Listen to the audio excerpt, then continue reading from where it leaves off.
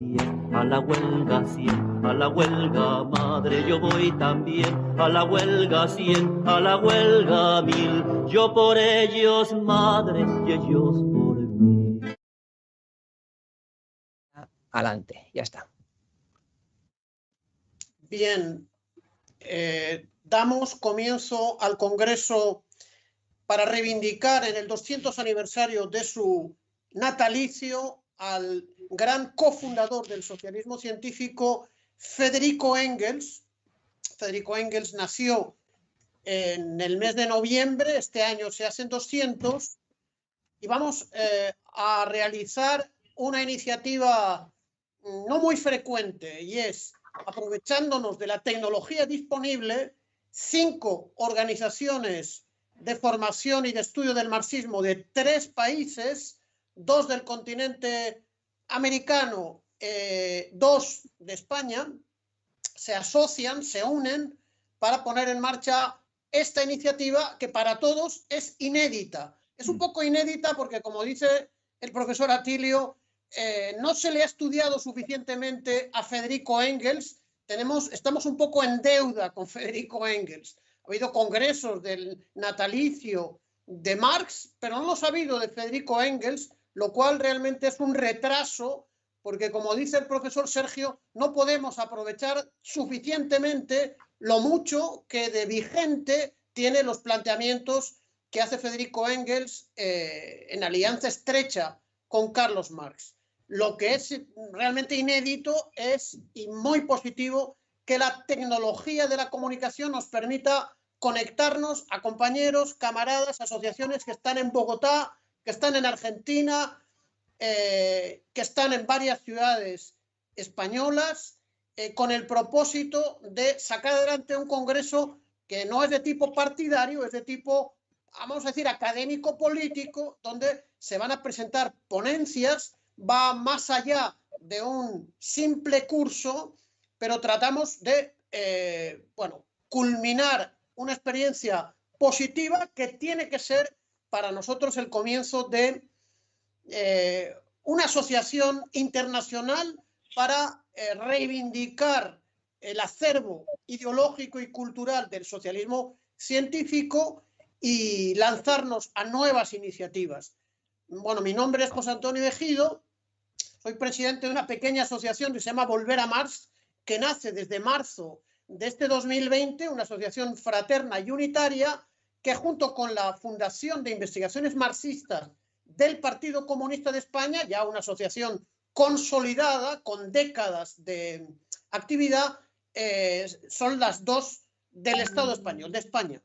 Hay 2 de la Argentina que les vamos a dar inmediatamente la palabra para que nos saluden. Nos produce enorme satisfacción colaborar con ellas. La Escuela Latinoamericana Hombre Nuevo, Mujer Nueva, que preside nuestro camarada Sergio Mario Guili, un destacadísimo psicólogo social, científico social, filósofo del marxismo-leninismo, y luego la también consolidada institución de formación del Partido Comunista de la Argentina, CEFMA, que reivindica y recoge la tradición cultural marxista del Partido Comunista de la Argentina, que yo creo que es el único partido fuera del campo socialista que con su editorial publicó las obras completas de Lenin, dando así expresión de la voluntad de educar políticamente, ideológicamente a la clase trabajadora argentina.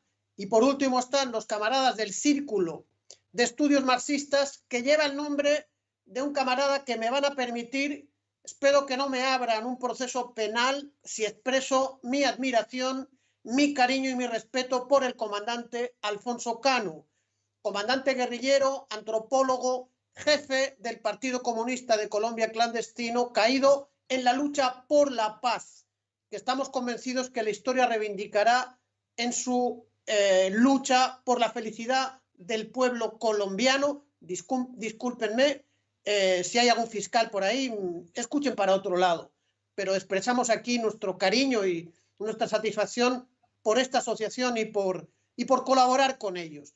De manera que lo que haremos será hasta el mes de diciembre, en 2 ocasiones por semana, con horarios convenientes a los dos continentes y a los varios países concernidos, la expresión de varios ponencias.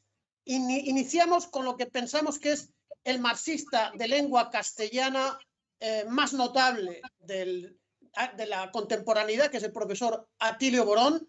No vamos a decir del mundo, porque el mundo es muy grande. Sabemos que se ha muerto un gran teórico del marxismo-leninismo de la China, de la que bien poco sabemos, un profesor de la Universidad del Pueblo, de la Reming Taxuen, el profesor Sillén, pero desde luego el profesor Atilio Borón. Personalmente desayunamos, cenamos y merendamos, además con su profusión de atención a esta tecnología maravillosa, la pertinencia de sus análisis en un momento de intensa lucha de clases y de lucha de liberación de los pueblos latinoamericanos, y además la insistencia bien acreditada del vigor que tiene el marxismo y el marxismo-leninismo como instrumento de comprensión. Tenemos que decir que nos complace mucho, que nos sirve de referencia, y desde luego es un honor enorme poder contar con él. Él tiene una clase a sus alumnos, no vamos a privarnos de su profesor, y como queremos pedirle que nos ayude otras veces, queremos que tenga el mejor recuerdo de nosotros, le vamos a dar la palabra rápidamente. Y hay una profesora que queremos que salude también, que es la profesora de la Escuela de la Juventud Libre Alemana, la que se formó políticamente el camarada Sergio Mario Gili, allá en los hermosos años 80, del primer Estado alemán de obreros y campesinos. La República Democrática Alemana también ha llegado aquí a darnos un saludo. Para nosotros es un honor que nos salude.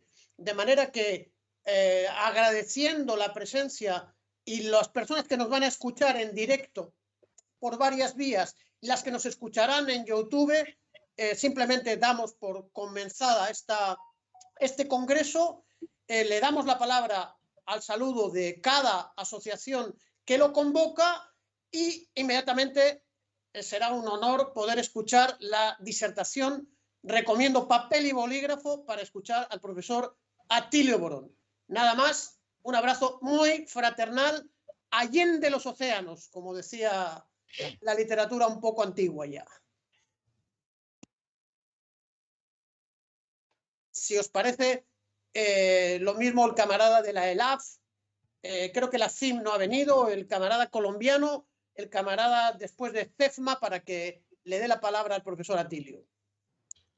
Bien, hola, ¿qué tal? Mucho gusto, mi nombre es Sergio Mario Gili. Gracias, bueno, por esa inmerecida presentación, desde ya lo digo, José Antonio. Bueno, lo primero que quiero destacar es el hito de que se hayan encontrado estas escuelas de formación, en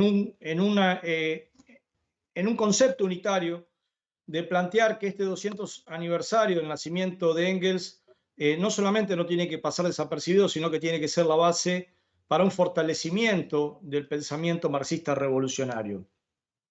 Va a ser, creo yo, leitmotiv de todas estas charlas que, bueno, tengo un programa bastante ambicioso, van a ser 6 semanas, martes y sábados, hasta el día 4 de diciembre. Uno de los leitmotiv va a ser poder cimentar y fundamentar la unidad entre Engels y Marx, ¿sí? Otro de los leitmotivs es ese debate que tenemos que dar contra toda la academia burguesa que ha intentado plantear la idea de que la dialéctica de la naturaleza es algo del pasado, que digamos que el futuro es el irracionalismo. Y nosotros queremos ahí definir que el proyecto de investigación que tuvo Engels, que era la idea de unir la dialéctica social con la dialéctica de la naturaleza, está hoy más vigente que nunca con los últimos adelantos científicos. La ciencia se ha llenado de dialéctica y eso la burguesía lo sabe mejor que nosotros. Por eso no va a parar hasta el último de sus días de tirarnos arena en los ojos. Esperemos que este congreso sirva, por el contrario, para destacar la importancia que tiene Engels como en este debate acerca de si el marxismo es solamente un condimento rojo para las cátedras burguesas o si es una cosmovisión integral, coherente y revolucionaria, y científica, por cierto. Entonces, bueno, saludar este congreso desde la Escuela Latinoamericana de Formación Hombre Nuevo, Mujer Nueva de Argentina. Valorar enormemente el esfuerzo que están haciendo todas estas escuelas y, por supuesto, empezamos con un ponente de lujo, ni más ni menos que el compañero, el camarada Atilio Borón, que creo que es la mejor apertura que con la cual podíamos soñar. Así que muchas gracias. Camarada del Círculo, Alfonso Cano, si te parece, te damos la palabra. Sí, gracias, Pablo. Buenas tardes, buenas noches, camaradas, a todos a quienes nos siguen, nos acompañan en este momento. Un especial saludo al profesor Atilio Borón. Muy contentos y contentas. Reciban un saludo muy especial de los camaradas que hacemos parte del Círculo de Estudios Marxistas Alfonso Cano, integrantes del partido político que resultó de la firma del acuerdo de paz y por el cual seguimos luchando y seguimos peleando por su implementación. No quiero restarle tiempo al profesor Atilio Borón, solamente saludar este esfuerzo, saludar la iniciativa de poder celebrar estos 200 años del natalicio de Federico Engels y reivindicar su obra y su praxis revolucionaria. Para nosotros y nosotras es un gusto desde Colombia poder participar de este seminario, no solamente como organizadores, sino con algunos ponentes, pero sobre todo también porque va a ser una primera experiencia que estamos segurísimos va a ser no la última de muchos esfuerzos de formación y de trabajo conjunto. De nuevo, un abrazo para todos y para todas. Muchas gracias, querido camarada. Parece que CEFMA y FIM no están, ¿verdad? ¿O CEFMA sí? Sí, aquí estamos. Pues le damos la palabra con mucho gusto para que presente al profesor camarada Atilio, o antes le damos la palabra a la camarada alemana, ¿te parece? ¿Cómo no? ¿Cómo no? Adelante. La camarada Margit. Ok, muy buenas noches. Es un placer muy grande para mí estar aquí presente en esta actividad y quiero empezar con corrigiendo a usted. Es que yo no soy profesora, yo soy traductora, pero no obstante me siento muy comprometida con ustedes todos. Y ya el 7 de noviembre yo voy a estar aquí presente con una persona que realmente es una profesora de filosofía, la compañera Helga, y yo quiero tomar la palabra aquí para entregarles, para leerles el saludo de una organización que todavía hoy en día existe, que se llama el Círculo de Amistad de la Escuela Superior de la Juventud, y los miembros les envían los saludos más cordiales, deseándoles un congreso exitoso. Y dicen, nos llena de mucho orgullo que vos, Sergio, formes parte de los organizadores principales de la conferencia y que además Leonore Bode y Helga Baumgarten, dos profesoras de la antigua Escuela Superior de la Juventud, participen en el evento. Tiene lugar el Congreso en un tiempo muy conmovedor. Los pensamientos de Federico Engels son más actuales que nunca. La vida significa cambio y de momento están cambiando muchas cosas. Desaparecen cosas a las que estamos acostumbrados y aparecen cosas nuevas. Congresos como el de ustedes son indispensables para poder comprender estos procesos. Entonces, muchos éxitos, y firman Anita y Uwe, que son los dos presidentes del Círculo de Amistad de la Escuela Superior de la Juventud. Bueno, muchos éxitos. Muchas gracias, muchas gracias. Nada. Los camaradas de CEFMA tienen la palabra. Sí. Hola, ¿qué tal? A todos y a todas. Es una enorme alegría para el CEFMA, el Centro de Estudios y Formación Marxista del Partido Comunista de la Argentina, ser parte de este verdadero congreso internacionalista en homenaje a los 200 años de Federico Engels. Vamos a presentar para esta charla inaugural a un camarada, Atilio Borón. Atilio, sociólogo, doctor en Ciencias Políticas, es vicerrector de la Universidad de Buenos Aires, el secretario ejecutivo del Consejo Latinoamericano de Ciencias Sociales, CLACSO, autor de una importante cantidad de libros de análisis político y de marxismo sobre la realidad latinoamericana y mundial, hoy director del PLED, el Programa Latinoamericano de Educación a Distancia, coordinador del ciclo complementario curricular de Historia de la Universidad Nacional de Avellaneda, además de ser miembro del Comité Central del Partido Comunista de la Argentina. Así que, como bien decían ustedes, es una enorme alegría para nosotros poder contar con Atilio en esta charla inaugural de tan importante congreso, en estas difíciles circunstancias que nos tocan vivir. Bueno, por estos medios remotos podemos llevarlo adelante y seguir con la lucha cotidiana por el socialismo y el comunismo que llevamos adelante. Así que, Atilio, ya, sin más, te cedemos la palabra y escuchamos conferencia. Bueno, muy bien. Muchas gracias. Buenas tardes. ¿Se está escuchando bien? ¿Se escucha bien? A todas y todos, Sí, buenas tardes. La verdad, para mí es un honor muy grande participar de este evento en donde se le hace justicia a el relativo ninguneo que ha sufrido la figura fundamental en la conformación de la teoría marxista, que ha sido Federico Engels. Y quiero decir, para tranquilidad de muchos de los que están viendo y directamente o lo van a ver después, que todos los elogios que se han hecho a mi persona y todo eso están absolutamente de más, porque por suerte hay muchos marxistas en el mundo de habla hispana, y si agregamos en América Latina, en el mundo, ¿verdad?, luso parlante en Brasil, muchos, con tantos o más méritos que el mío, con lo cual, digamos, creo que no tenemos que caer, digamos, en ninguna clase de exageración. Yo reconozco que lo hacen de buena voluntad, pero por suerte el marxismo está muy vivo, está muy vital en América Latina y también en el Estado español. Y son muchas la gente que está contribuyendo al desarrollo, a la conformación y a la actualización del pensamiento marxista, respondiendo a nuevos desafíos, como lo hizo Engels a la muerte de Marx, ¿verdad? Que no se quedó ahí simplemente en quedarse rumiando los textos del genial Carlos Marx, sino que siguió avanzando. Y yo quería un poco plantear la importancia que tiene este evento que están organizando todas estas instituciones en España, en Colombia y en Argentina, y confiando que en el futuro se agreguen de otros países, donde hay también una fuerte presencia, una tradición de pensamiento marxista que hay que integrar, países que están tal vez un poco aislados. Estoy hablando, por ejemplo, del caso del Perú, ¿no es cierto?, que ha sido muchas veces relegado. Mismo el caso de Chile, donde a pesar de toda la época pinochetista y post-pinochetista, hay ahí una sed de recuperar la gran tradición marxista que supo tener ese país, que luego, bueno, fue casi exterminada, casi, no del todo, pero casi, por el pinochetismo y la falsa democracia que vino después. Quería decirles que realmente es muy importante que este evento se prolongue hasta fines de año.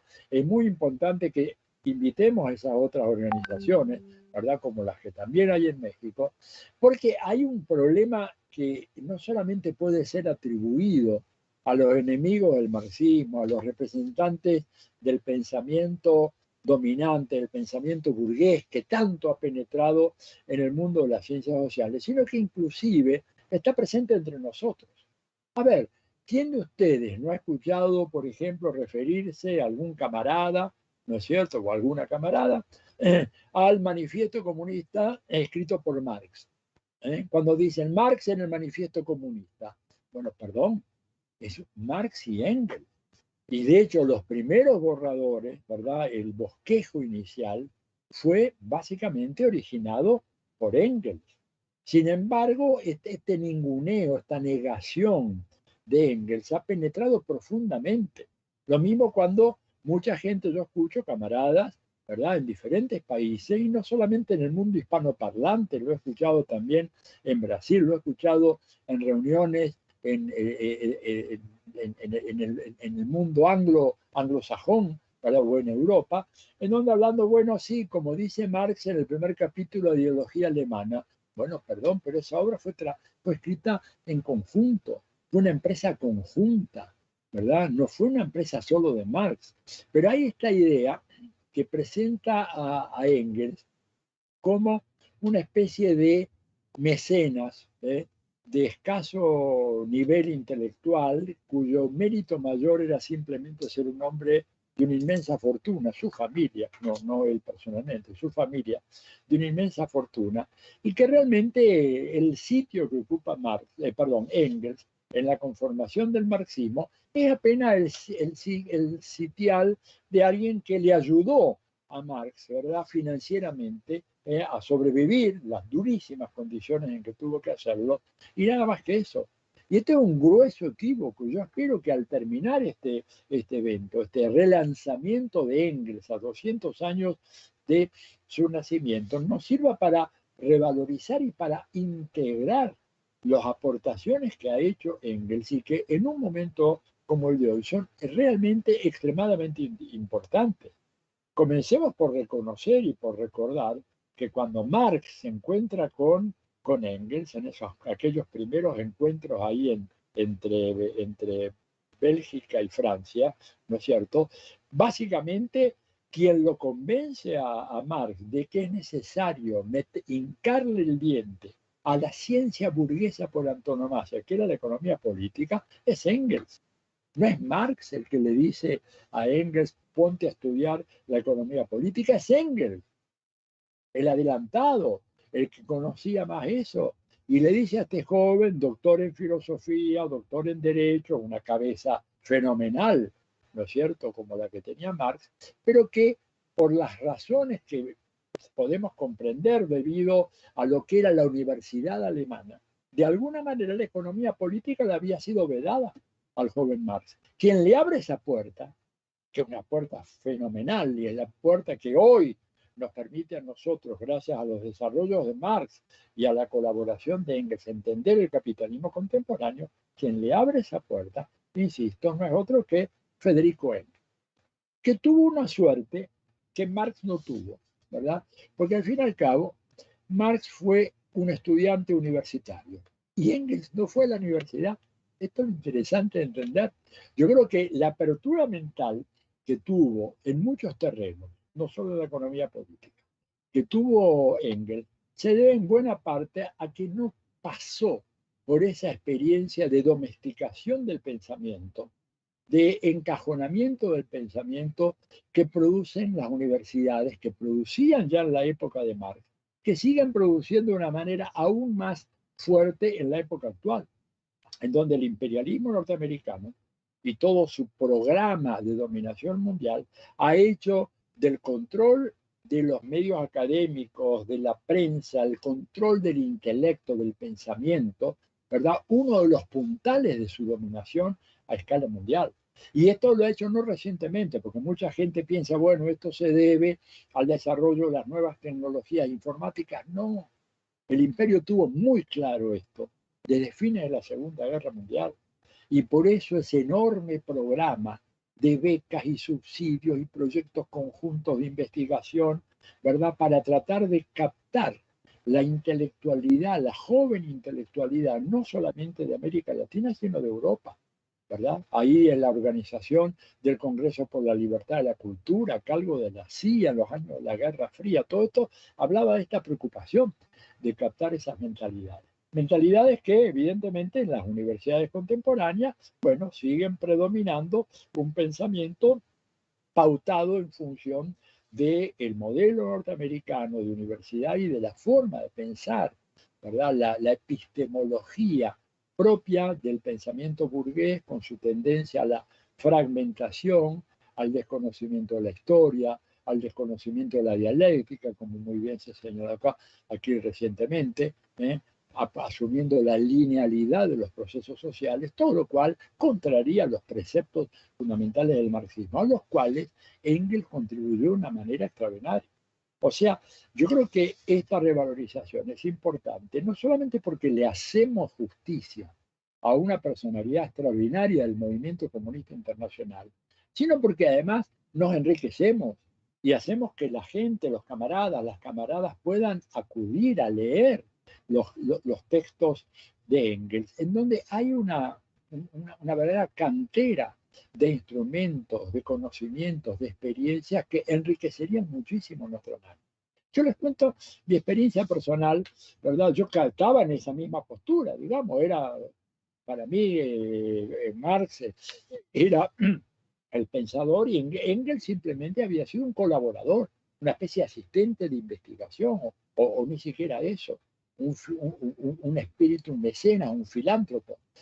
Fíjense que yo en el año 73 tomo un curso en la Universidad de Harvard, un curso a cargo de un eminente historiador burgués, David Landes, ¿no es cierto?, que escribió unos libros realmente extraordinarios.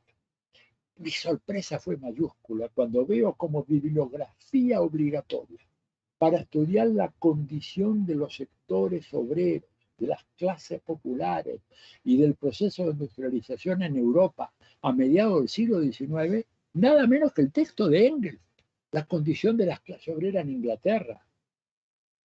En una universidad americana, en una universidad de élite norteamericana, cuna del pensamiento neoconservador con los Huntington, los Hoffman, los Kissinger y toda esa gente. Y Landes exigía para sus estudiantes que uno de los textos obligatorios era ese. Eso fue mi primer flash, una revelación. Caramba, entonces ese texto, yo sabía, por supuesto, que Engels había escrito aquel texto. No me imaginaba que ese texto iba a ser luego considerado como un texto capital para entender lo que había ocurrido con la industrialización en Gran Bretaña y la situación de la clase obrera y el diagnóstico fenomenal que Engels hace en aquel momento sobre los problemas de la organización de la clase obrera, la dispersión, la atomización, la degradación moral a la cual la burguesía imponía, ¿verdad?, a esos sectores obreros, cómo los inducía al alcoholismo, por ejemplo, que Engels estudia ahí con todo detalle, como una manera de embotar sus mentes e impedirle que realmente vieran, asumieran la conciencia de su propia realidad. Yo dije, pero ¿cómo es posible esto? Y ahí, para mí fue eso una gran revelación, ¿no es cierto? Porque me di cuenta de que habíamos estado perdiendo el tiempo y no mirando, no examinando esas obras. Y después, ¿verdad?, cuando yo me acuerdo, regresando de América Latina, no a mi país, que eso fue mucho después por la dictadura, que yo voy a México, pero ahí el gran debate, uno de los grandes debates que por lo menos yo estaba tratando de impulsar, era, bueno, complementar los estudios que se estaban haciendo, estudios casi talmúdicos, ¿verdad?, que se hacían sobre el capital, en la UNAM, ¿verdad? Si hay alguien de México acá, seguramente recordará los cursos de Raúl Olmedo, creo que se llamaba, el profesor, que eran realmente seminarios muy impresionantes, que inclusive tenían su repercusión en la prensa, porque se escribían algunos de esas clases, pero fíjense una cosa, un estudio cuidadoso, procurando reconstruir el marxismo para responder a los desafíos que había provocado a mediados de los 70 el colapso del keynesianismo y la reorganización de los estados capitalistas, ignorando por completo la obra de Engels. Y ni les cuento la obra de Lenin, que por supuesto estaba absolutamente excluida. Entonces, yo de repente, cuando planteé mi crítica a eso, y le dije a algunos camaradas allá en México, digo, oye, pero acá tenemos que apelar también a esa enorme cantidad de textos y trabajos y investigaciones que hizo Engels. Y un poco la actitud seguía siendo la actitud tradicional. Alguien me llegó a decir, bueno, pero lo que pasa es que en realidad lo que hizo Engels fue popularizar el marxismo en una visión antidialéctica y positivista. Tremendo, ¿no es cierto? E incluso planteaban eso de la popularización del marxismo como si fuera realmente un error. El marxismo no tenía por qué popularizarse. Al fin y al cabo tenía que seguir siendo patrimonio de una élite intelectual omnisciente que tenía en sus manos esa llave mágica que era el marxismo, que abría todos los recovecos de la historia y la sociedad, nos permitía entender todo, pero eso no había que popularizarlo. Una aberración. Yo me acuerdo que estuve, pero en tremendas discusiones ahí, y recordándole además que uno de los capítulos del anti-Düring de Engels fue escrito por Marx. Fue escrito por Marx. Así como Marx, así como Marx en más de una ocasión escribió, por ejemplo, le pidió a Engels que escribiera sus notas que publicaba después en el New York Daily Tribune, que después terminaron en el 18 Brumario de Luis Bonaparte.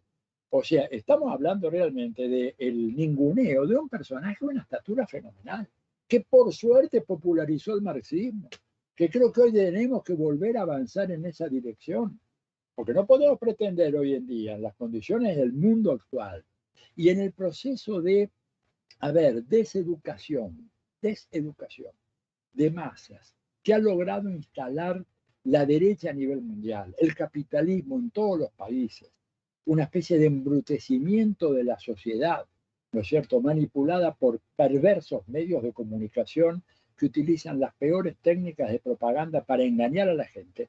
No podemos pretender que en ese mundo no tengamos que hacer un enorme esfuerzo de popularizar la obra de Marx.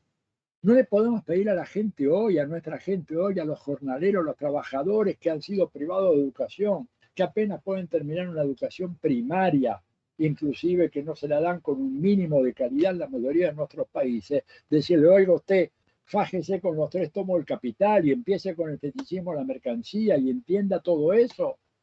Y los debates, digamos, con Hegel y todo lo demás. Tenemos que buscar una manera. Y eso fue lo que hizo Engels. Y gracias a Engels, el marxismo se convirtió en casi, podríamos decir, el reflejo ideológico natural de la clase obrera europea a finales del siglo XIX y principios del siglo XX. Esta era, digamos, ¿qué obrero? ¿Qué obrero de San Petersburgo se había leído los 3 tomos del Capital? Y no digo el obrero raso, estoy diciendo inclusive el dirigente obrero. ¿Quién? Ojalá que hubieran leído algunos de los textos, ¿verdad? O algunos de los capítulos del Anti-Düring, o algunos de los capítulos del origen de la propiedad privada, la familia y el Estado, o la introducción maravillosa, introducción que Engels hace a las luchas de clases en Francia en 1848-1850 de Marx. Ese texto que es el testamento político de Engels, que fue tronchado en su edición original por la socialdemocracia alemana, lo que provocó la crítica furiosa de Engels exigiendo que se respetara su texto, en donde no quería aparecer como, en sus palabras, un adorador de la pacífico adorador de la legalidad burguesa a toda costa, que no lo era y que no debíamos ser, ¿no es cierto? Estos eran los grandes textos y los textos que seguramente formaron a esa dirigencia obrera. ¿Qué leyeron?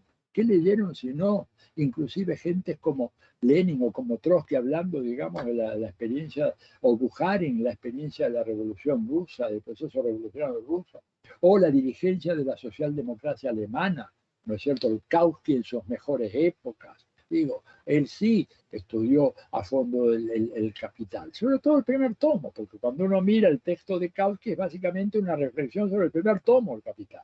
Por lo tanto, la popularización del marxismo hecha por Engels fue un aporte fundamental a la creación de una conciencia. Y yo creo que uno tendría que realmente hacer un esfuerzo hoy por seguir con esa huella y ver un poco cómo podemos extraer toda esa enorme riqueza de conocimiento que está en la cantera engelsiana. El hombre que plantea, ¿no es cierto?, esta vinculación entre el patriarcado y el capitalismo, y el tema de la dominación de la mujer, la sumisión, la esclavitud de la mujer. Un tema que Engels vio y que Marx no vio, digámoslo así. No solo no lo vio teóricamente, sino que en la práctica social, en ese sentido, Engels era una cabeza mucho más abierta y una relación mucho más abierta que la que tenía Marx. En ese punto no hay nada que discutir. Lo mismo que en los estudios sobre la ciencia y el arte militar. Fíjense en los temas que abarcó Engels. La problemática militar, los análisis de la coyuntura, en la línea de Marx, por supuesto, pero que Engels profundizó y además Engels pudo ver. Marx muere en 1883, Engels lo sobrevive 12 años, hasta 1895, y ahí Engels pudo desarrollar todo lo que él veía como las nuevas condiciones de la revolución comunista, que ya no podían ser tal cual él y Marx lo habían esperado, ante el fracaso de la comuna. Tomaron nota ambos, ustedes recordarán la guerra civil en Francia de Marx, en donde Marx de alguna manera plantea, bueno, la frustración de esas expectativas, y nos provee algunas claves para entender por qué la comuna fue derrotada, abriendo así cauce a exploraciones sobre el papel, digamos, de una vanguardia desunida, la desunión, un tema crucial para entender la derrota, el contexto internacional, un tema que fue muy soslayado en muchos análisis marxistas, donde parecería ser que el marco internacional no opera. Y Engels a partir de ahí dice, bueno, pero ¿y ahora qué vamos a hacer? Y dice, bueno, tenemos que prepararnos para una estrategia a larga duración. De alguna manera, es un tema que a mí me preocupa mucho, porque muchos expertos, muchos estudiosos de Gramsci, por ejemplo, que ha sido un gran pensador marxista, no es cierto, no solo pensador, sino organizador de la clase obrera italiana, pero al estudiar a Gramsci, de alguna manera hay un punto ciego que no conecta las observaciones de Engels en su clásica introducción de 1895 con la estrategia gramsciana de la guerra de posiciones. Evidentemente, Engels fue un precursor de toda esta nueva elaboración que nos plantea, bueno, ¿cómo es que hoy podemos hacer avanzar el proceso revolucionario?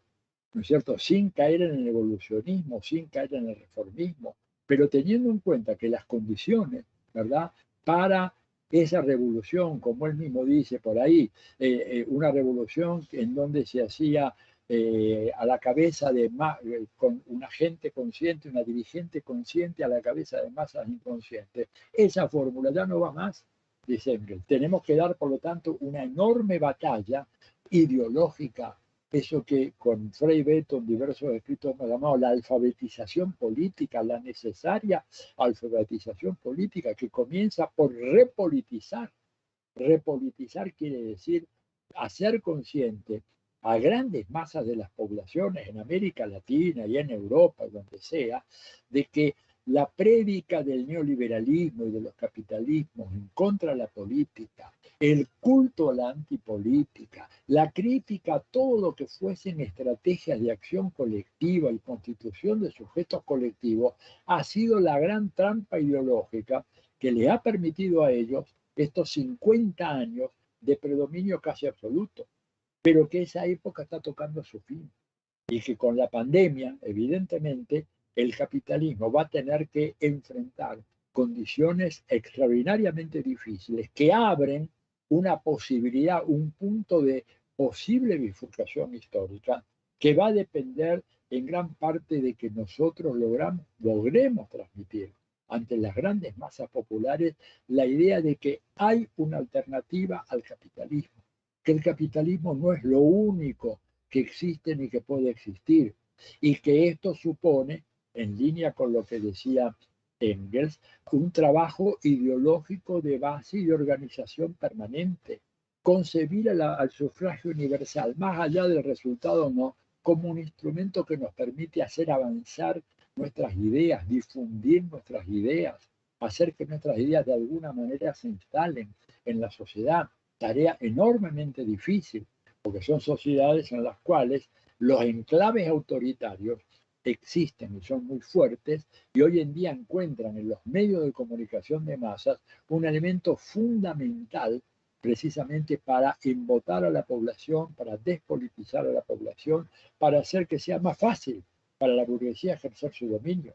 Y contra eso, digamos, las enseñanzas de Engels son muy útiles, como lo son todas sus visiones, ¿verdad?, de carácter metodológico sobre cómo intentar hacer un análisis de coyuntura, cómo leer correctamente la coyuntura, cómo evitar que nos confundamos, cómo evitar caer en nuestra propia trampa, convertir nuestros deseos en conocimiento, nuestros deseos en realidad, cuando en realidad tenemos que tener mucho cuidado para evitar. Ese es un peligro muy grande ¿verdad? Y ahí Engels, en diferentes escritos, ¿no es cierto?, en esa introducción famosa de 1895, como en la guerra campesina en Alemania, un texto extraordinario, prácticamente desconocido, en donde Engels analiza ahí quiénes eran y cómo estaban organizados los actores que querían esta especie de revolución comunista, ese sueño comunista en la Alemania de comienzos del siglo XVI.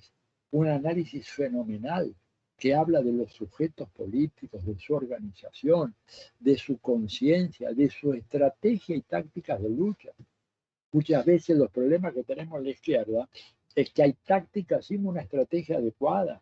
Hay un tacticismo cortoplacista, ¿verdad?, que nos impide poder hacer esos avances. Y contra todo eso,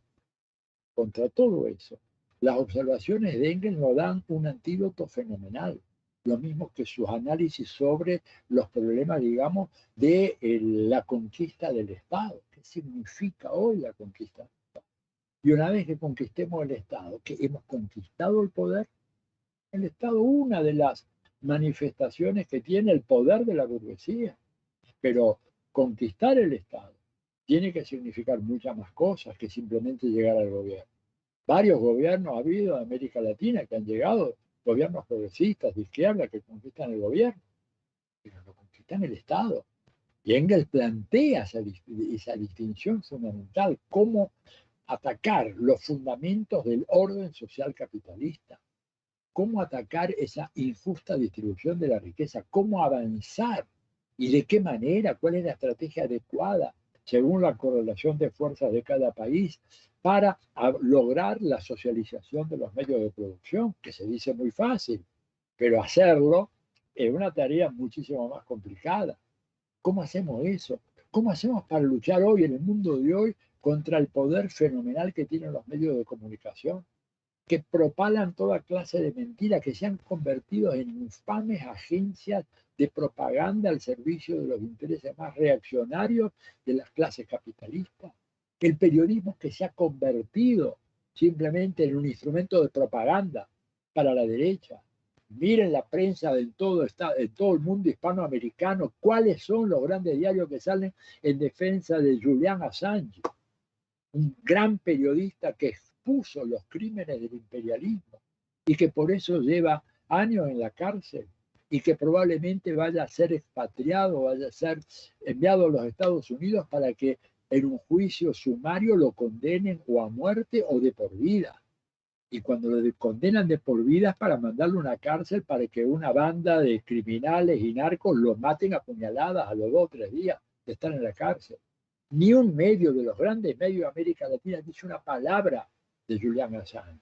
No lo dice El País, no lo dice El Mercurio, no lo dice La Nación, no lo dice Clarín, no lo dice El Tiempo, no lo dice El Espectador, no dice nada. Cómplices de todo esto. Ahí está el poder capitalista también. Y es lo que Engels nos invita, bueno, tenemos que de alguna manera hacernos de esa ciudadela, en esa guerra de posiciones que anticipa la de Gramsci. La guerra de posiciones en materia de comunicación, ¿verdad? Y cómo hacemos para, una vez llegado al gobierno, tener también el control de las Fuerzas Armadas, que en América Latina, en Latinoamérica, ¿verdad?, y en el Caribe y en Centroamérica, las Fuerzas Armadas tienen un mando natural que se llama Pentágono. Por eso cuando en noviembre la situación en Bolivia no se resolvía el año pasado, ahí recibieron la orden, el comandante en jefe del Ejército de Tierra, le dijeron ya, despáchelo a Evo Morales. Y él y el corrupto jefe de policía, los dos dijeron, presidente, debe irse porque no podemos garantizar el orden. Y no solamente se fue Morales, sino Calimán, Winston Calimán, el general de la fuerza del ejército de tierra, y el jefe de policía. Después que se fue Evo, se fueron los dos, están en Estados Unidos, y creo que hasta con identidad protegida, y con una fortuna en sus bolsillos. Bueno, ¿qué entonces? Por eso cuando Engels habla del problema, las cuestiones de la autonomía relativa del Estado, nos prevé en contra de la ingenuidad de pensar de que realmente porque llegamos a controlar los aparatos del Estado, el Estado va a funcionar a partir de una lógica que avance en dirección de la socialización de los medios de producción. y de la creación de un Estado socialista comunista. Nos pone en guardia en contra de eso. Por eso digo, quiero terminar para tener algunos minutos de intercambio, escuchar algunas opiniones. Creo que es imperativo la recuperación de Engels. Creo que hoy en día no se puede ser un marxista genuino, formado, si ese marxista o esa marxista no tiene un dominio no solamente en los textos clásicos de Marx, de Lenin, de Gramsci, etcétera, sino tiene un completo dominio del aporte fenomenal que este señor, a quien Marx, que no era un hombre de palabras fáciles y de elogio sencillo, llegó a calificar como el hombre más culto de Europa. Eso dijo Marx de Engels y lo escribió y tenía razón. Uno cuando miren, ya termino con esto, yo enseñé durante tantos años teoría política, ¿verdad? Sobre todo siglo XVIII, siglo XIX. Cuando uno compara las aportaciones teóricas al pensamiento político de gente como Engels y las compara con autores que tradicionalmente se estudian en esa época, piensa en Benjamin Constant, por ejemplo, o John Stuart Mill, casos paradigmáticos. Bueno, pero la obra de Engels es de una enorme superioridad en relación a la de estos autores. Sin embargo, Engels ha sido expulsado de la academia. Ha sido expulsado de la academia. Se puede llegar a estudiar a Marx, pero a Engels jamás. Y sin embargo, las contribuciones de Engels son, a mi juicio, de las más importantes en el terreno de la teoría política en todo el siglo XIX. Pero bueno, esta especie de negación, el negacionismo de Engels, que tal vez cometió 2 o 3 pecados imperdonables. Primero, haber sido el gran socio colaborador y mecenas que hizo posible que Marx escribiera sus textos y que él se encargara, como mismo lo dijo, de dar la batalla de ideas en el terreno periodístico. Y en segundo lugar, creo que no se le perdona el hecho de haber sido aquel que hizo una tarea extraordinaria en convertir al marxismo en la ideología de gran parte de las clases obreras en Alemania y otros países europeos a finales del siglo XIX y principios del siglo XX. Por eso tenemos que recuperarlo, es nuestro, es un aporte extraordinario y yo celebro la realización de este congreso. Voy a estar muy atento a las próximas sesiones, inclusive en la medida que pueda hacer alguna aportación la voy a hacer y desde ya me comprometo a trabajar conjuntamente con todos ustedes para realmente colocar a Engels en el sitial que se merece en el pensamiento marxista, no solamente de aquella época, sino en el pensamiento marxista contemporáneo. Muchas gracias.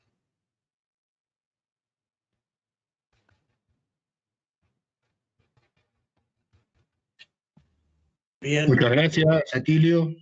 Sí. No, adelante, sí. El camarada quería decir algo. No, adelante. Le estaba agradeciendo a Atilio su intervención. Adelante, por favor. Sí, no podíamos tener mejor comienzo. No voy a excederme en los elogios porque no quiero molestarle al profesor. Pero vamos, un camarada me dice que están llegando algunas preguntas y antes de que se marche nos gustaría formularlas. Lo que pasa es que el camarada Alex las está buscando en los varios medios en los que se está emitiendo la charla de Atilio. Y yo no las tengo. Le pediría al camarada Alex o a la camarada Carmen, si las tienen, que las formulasen para que la responda el profesor Atilio. Perfecto. Como dice, la está recogiendo Alex y me ha dicho que ahora me las pasaba, pero a ver si ha terminado ya y la leo yo, la lee el mismo Alex si quiere y si es más rápido. Que la lea que la tenga más a mano. Yo puedo esperar. Y me parece que mis alumnos van a tener que esperar un poquito también. Bueno, no se van a quejar, esperan un poquito. No, por eso. Bueno, igual hay que destacar la importancia, ¿no? Y creo saludar estos distintos centros de estudio y escuelas hayamos podido organizar este congreso y creo que hay que tomar el guante de lo que nos decía Atilio, ¿no? y que este Congreso nos tiene que servir como un nuevo puntapié inicial para revalorar la obra de Federico Engels, fundamental en todo el conjunto del pensamiento marxista, en momentos en que se hace nuevamente indispensable recuperar el pensamiento revolucionario y poder enfrentar un sistema que nos tiene no solo en la explotación, hundidos en la explotación y en la represión a quienes quieren transformar el mundo, sino que en estos momentos de pandemia vemos palpablemente cuáles son los efectos del capitalismo sobre el mundo, sobre la naturaleza, y cómo nos está poniendo en lo que muy cerca de ese peligro que muy bien denunció Fidel Castro en su momento, de que hay una especie en peligro y es la especie humana, y quien la está poniendo en peligro es el sistema capitalista. Así que tenemos que recuperar a todos estos grandes maestros, proyectarlos a la actualidad y poder ir construyendo las alternativas necesarias para superar este sistema, ¿no? Así que quizás esperamos que este Congreso sea un aporte a muchas otras iniciativas de divulgación y de formación de la fuerza revolucionaria necesaria, ¿no? Y no sé si ya Alex... Sí, ya me ha enviado un par de... Bueno, la primera, más que una pregunta, hay que silenciar los demás micrófonos porque si no se acopla. Bueno, la primera, más que una pregunta, es como una especie de comentario, pero obviamente tiene desarrollo. La pregunta-comentario sería, si el objetivo del marxismo es la liberación de la clase obrera, ¿cómo no se va a popularizar si está destinado fundamentalmente a las masas obreras? Supongo que es de la relación entre la conciencia, ¿no?, de clase. Bien, bueno, ¿cómo no se va a popularizar?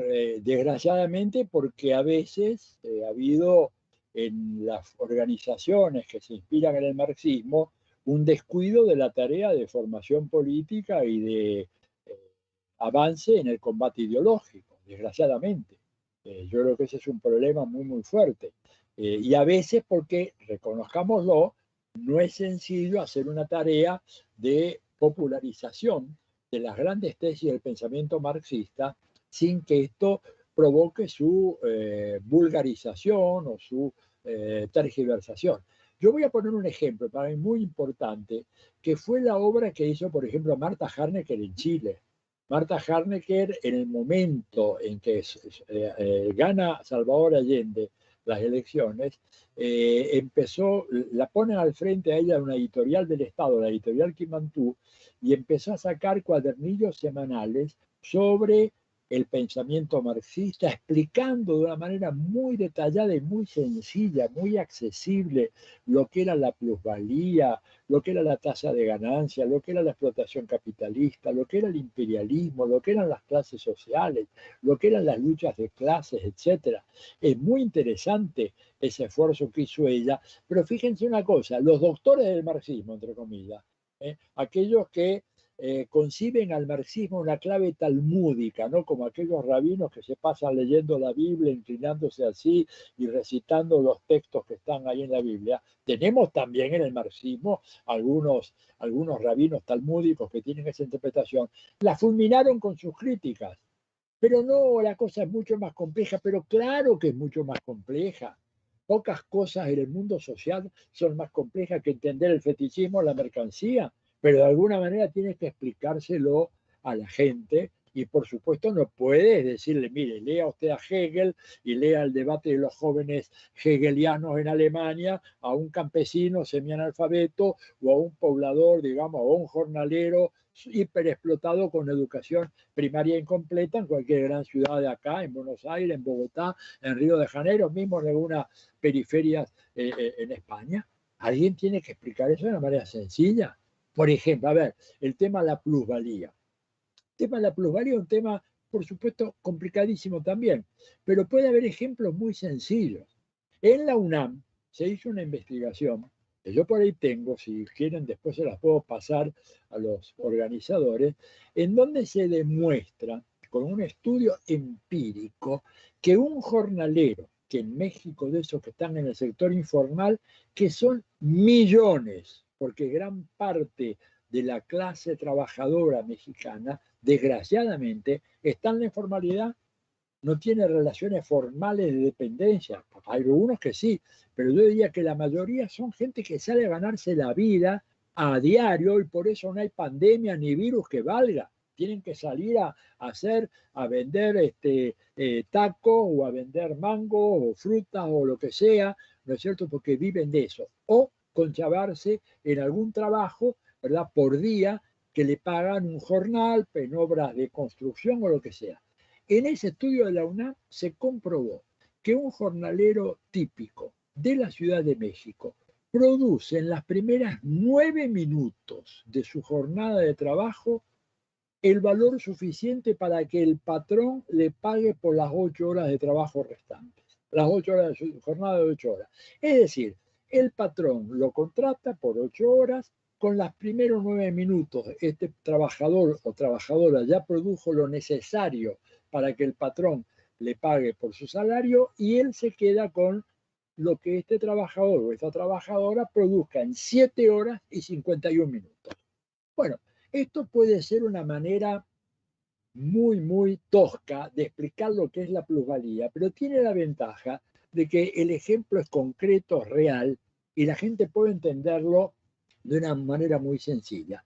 ¿Puede ser esto considerado una indigna popularización del marxismo concebido como una enorme teoría social y que debe ser tratada, ¿no es cierto?, de esa manera sin ponerla al alcance del conjunto de la población? Pues yo no estoy de acuerdo. Yo creo que nosotros tenemos que hacer esa tarea que a veces nuestros intelectuales no estén dispuestos a hacerla o consideren ofensivo, como yo he visto en más de un caso.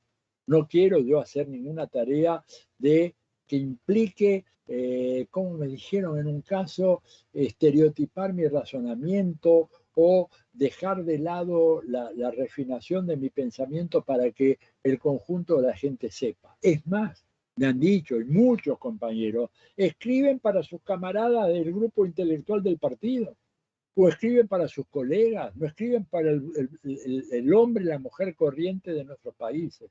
Y por eso creo que es tan importante que insistamos en avanzar en esta dirección. De lo contrario, nunca llegaremos a convertirnos, ¿verdad?, en el sustrato ideológico que deben tener las clases oprimidas y explotadas en el mundo contemporáneo.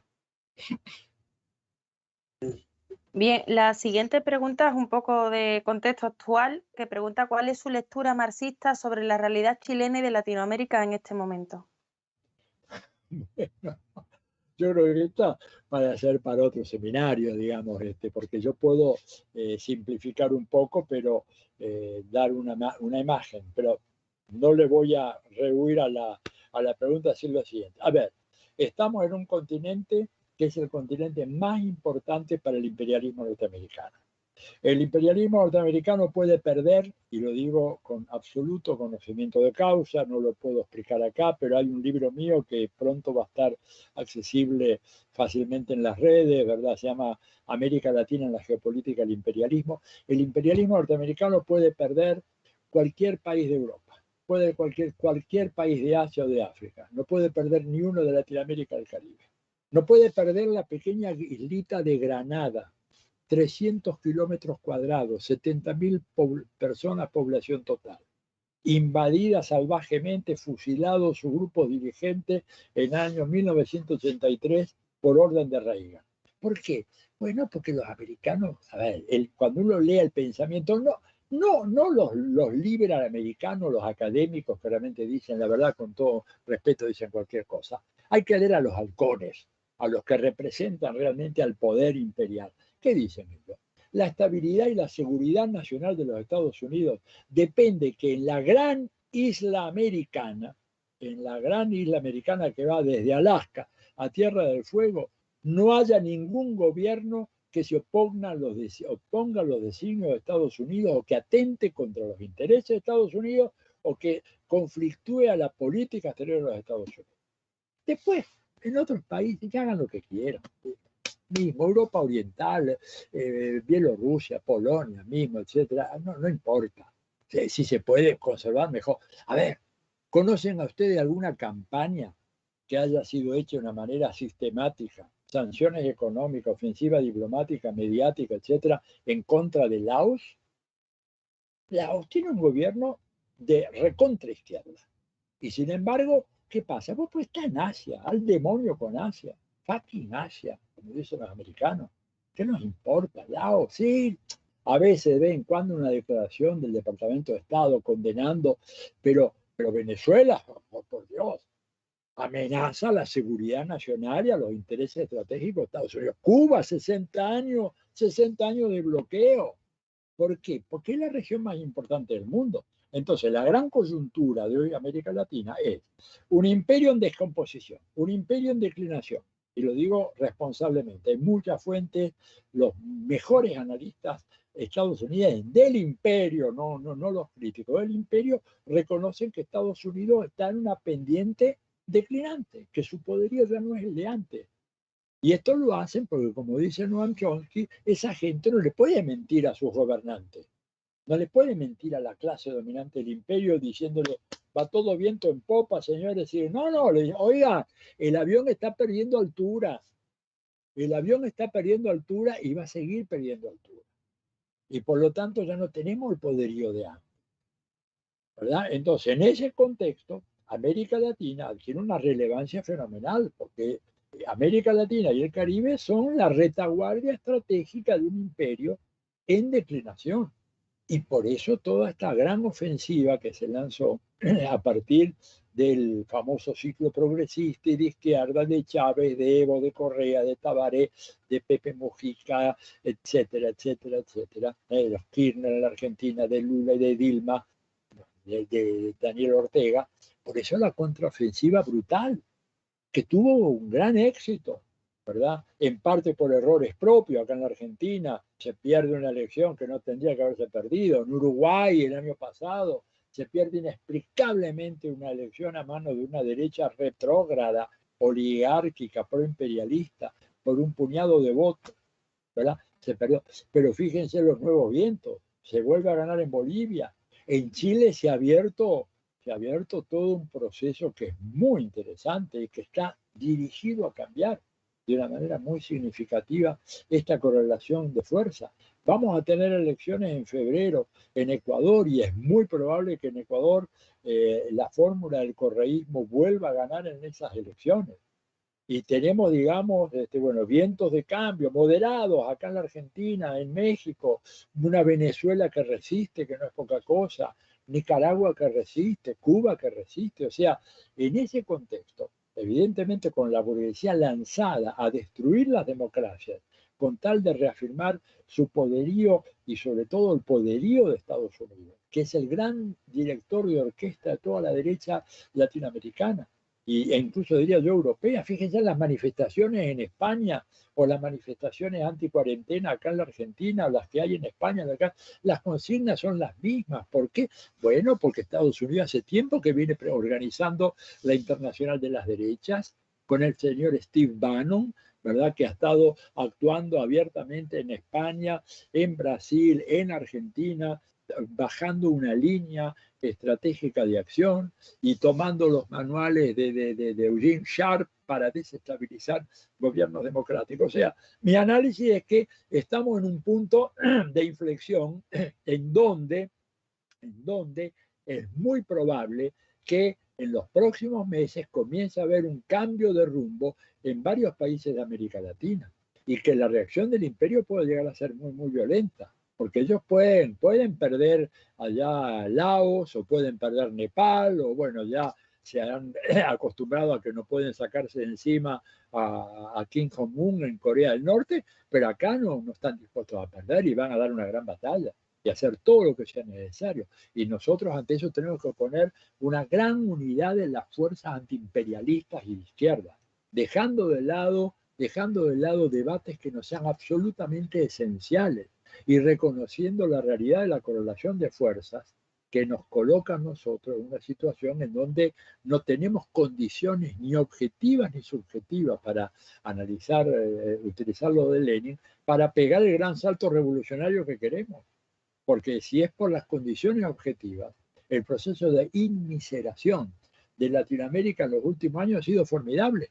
Sin embargo, ante la ausencia de las famosas condiciones subjetivas, es decir, la conciencia, la ideología, el trabajo ideológico, un liderazgo consciente de esa realidad, que sepa leer esa coyuntura, como enseñaba Engels, ante esa falta de los factores subjetivos, por más que haya condiciones más que suficientes desde el punto de vista objetivo, con esta pauperización de masa, la caída de las capas medias, el aumento en la concentración de la riqueza, por más que haya todo eso, si las condiciones objetivas no están presentes, subjetivas están presentes, no hay revolución que valga. Entonces tenemos que buscar las vías para ir creando esas condiciones, ¿no es cierto?, que son importantísimas, pero que no necesariamente se van a producir así por el aire sin un trabajo consciente de la militancia.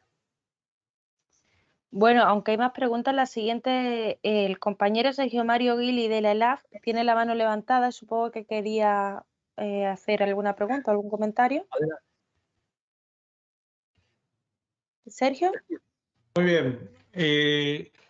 Sí, Atilio, me gustaría profundizar un poco en los actuales debates. Yo creo que la academia burguesa debate con Engels sin mencionarlo, ¿no? Y que sobre todo en las universidades de ciencias sociales y en todas, psicología, ¿no? Hay un debate muy fuerte y creo que desde la década del 60, desde los estructuralistas franceses, hay un fuerte debate con Engels sin mencionarlo, que la táctica es pegarle y ningunearlo y hacerlo desaparecer, pero creo que hay un fuerte debate, ¿no? Y me gustaría que pudieras referirte un poquito a eso, a cómo hoy se combate a Engels sin mencionarlo, pero Engels está hoy en el centro del debate. Y bueno, ¿en qué nos están golpeando desde la derecha, desde el pseudo progresismo, ¿no?, que en realidad es reaccionario en muchas circunstancias?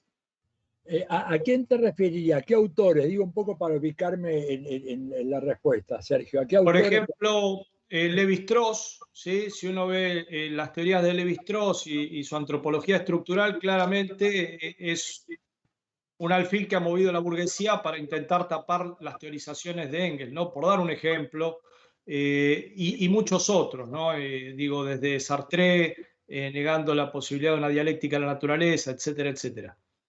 Sí, yo creo que, bueno, te entiendo.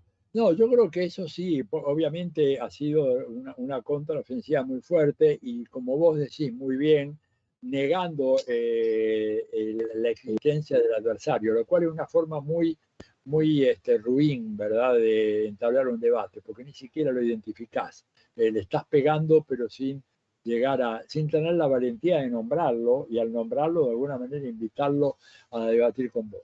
Pero ese tema en la academia, como vos decís muy bien, en las ciencias sociales, desgraciadamente, bueno, el influjo del posmodernismo ha sido un influjo fatal, que nos ha hecho abandonar o considerar como objetos, como verdaderas antiguallas, el estudio de la estructura social, del proceso histórico, de las clases sociales, del imperialismo.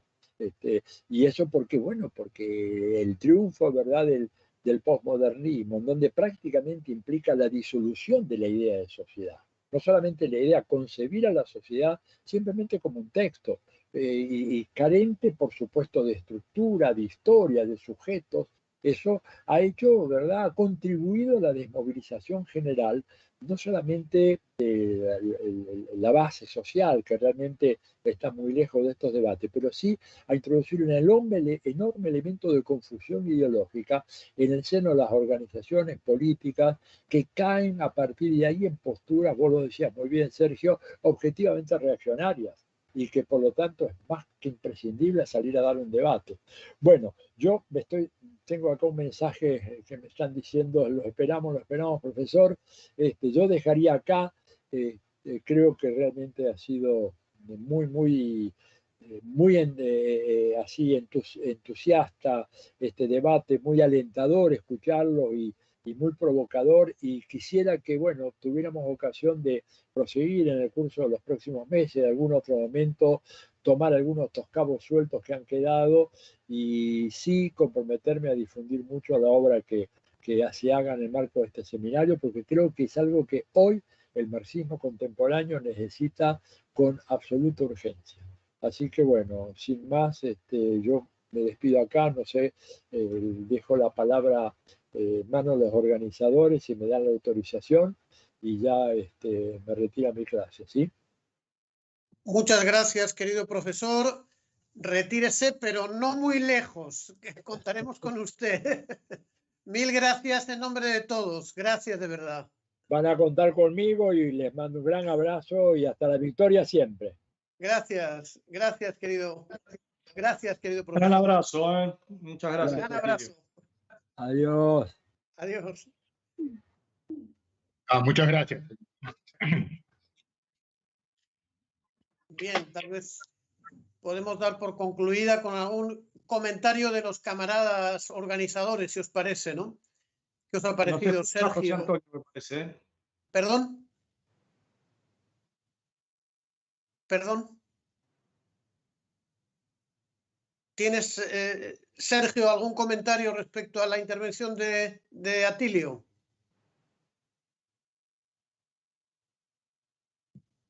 Tiene apagado el micrófono. Bueno, pues si tu camarada no lo tienes, haznos algún comentario mientras le señalamos que lo abra.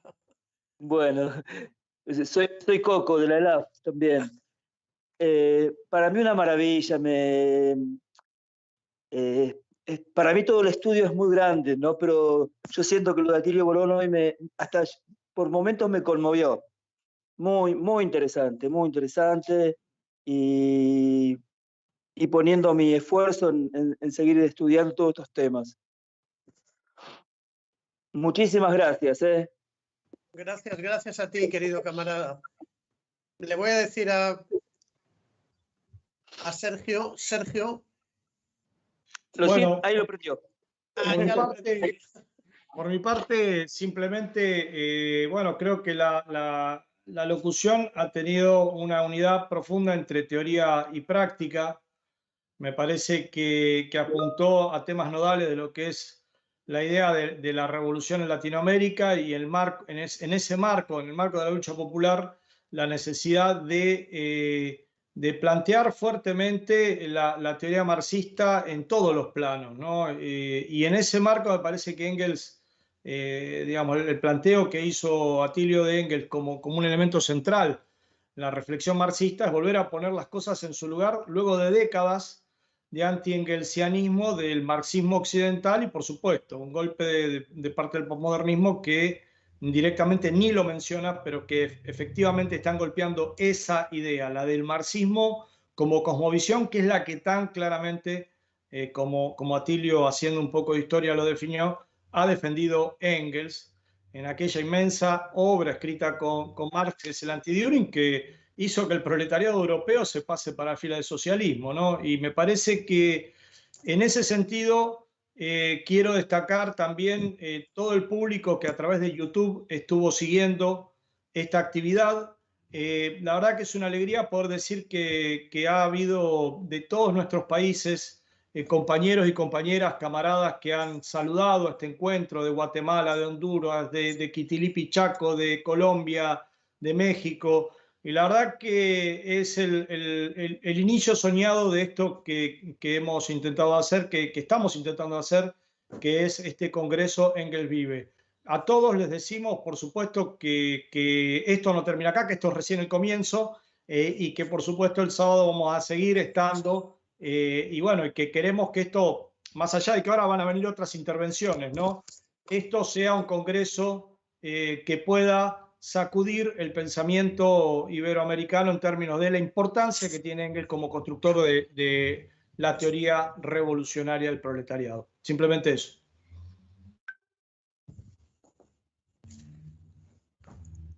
¿Algún otro camarada que quiera tomar la palabra?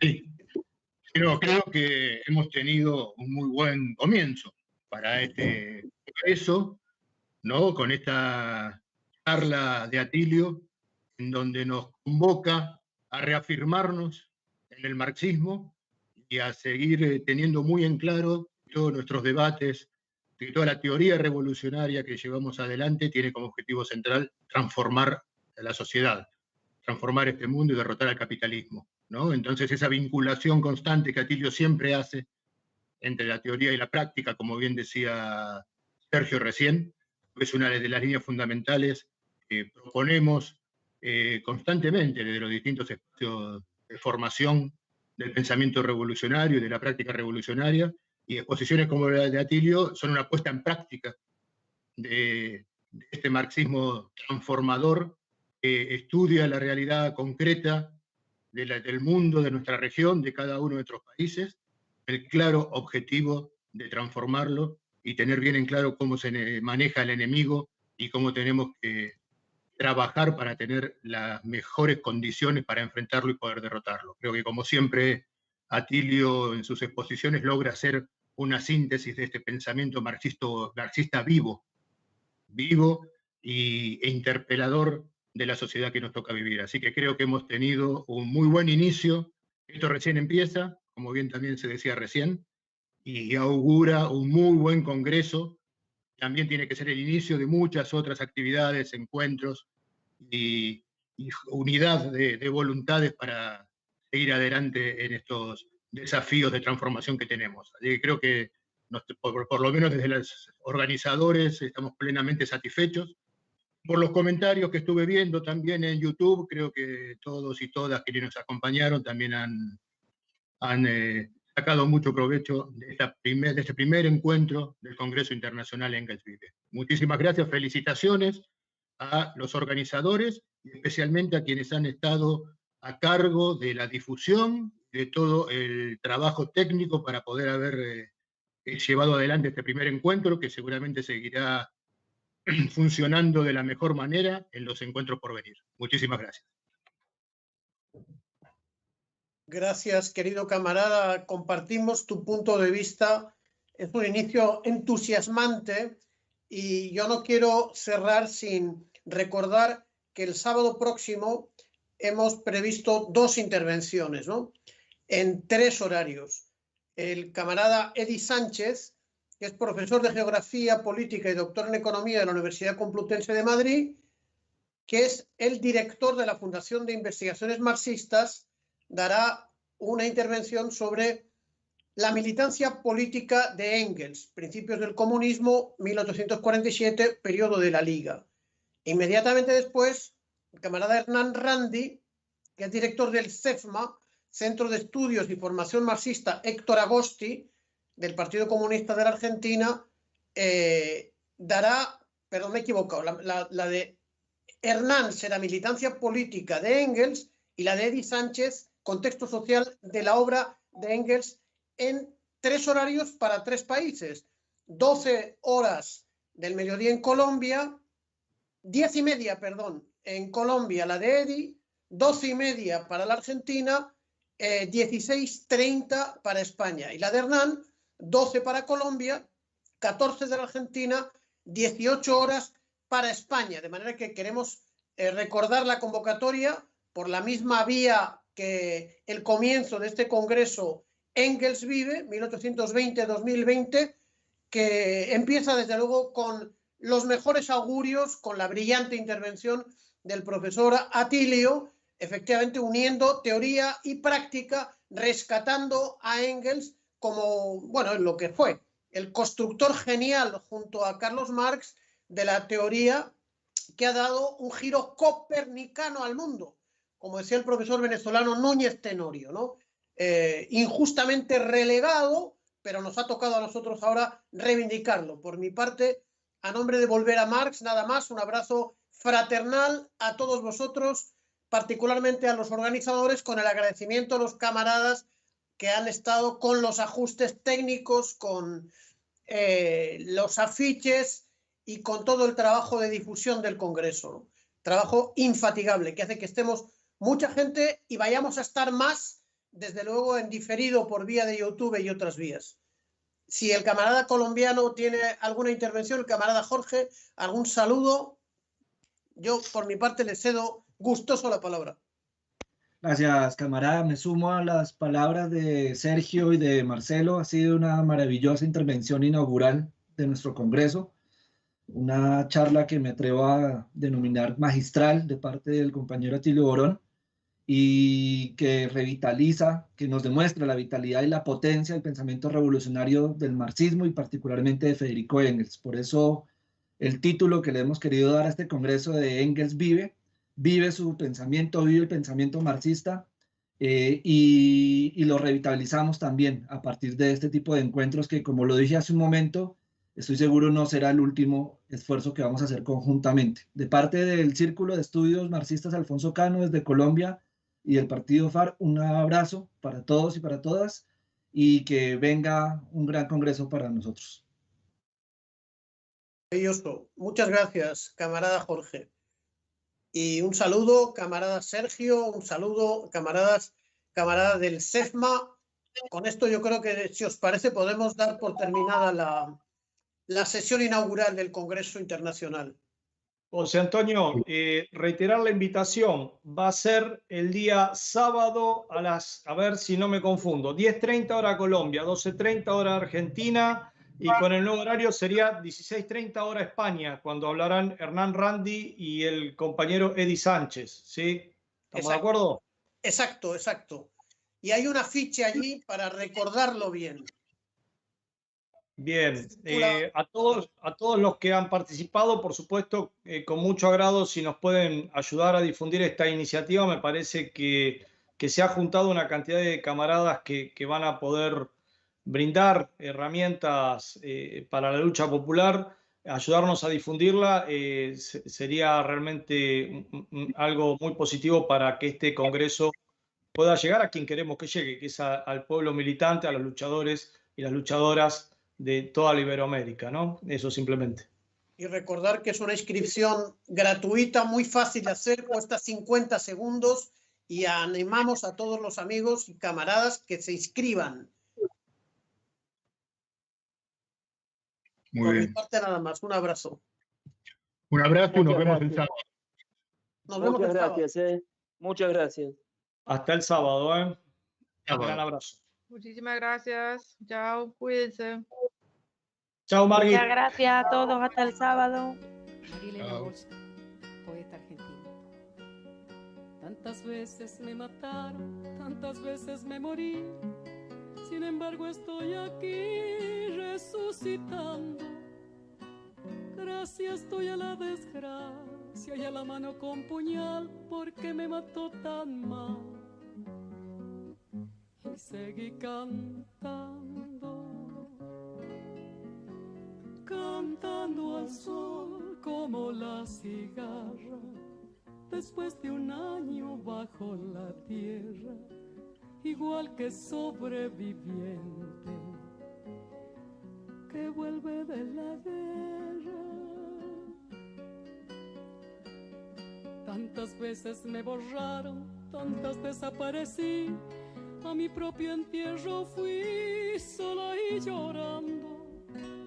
Hice un nudo en el pañuelo, pero me olvidé después que no era la única vez. Y seguí cantando, cantando al sol como la cigarra, después de un año bajo la tierra, igual que sobreviviente que vuelve de la guerra.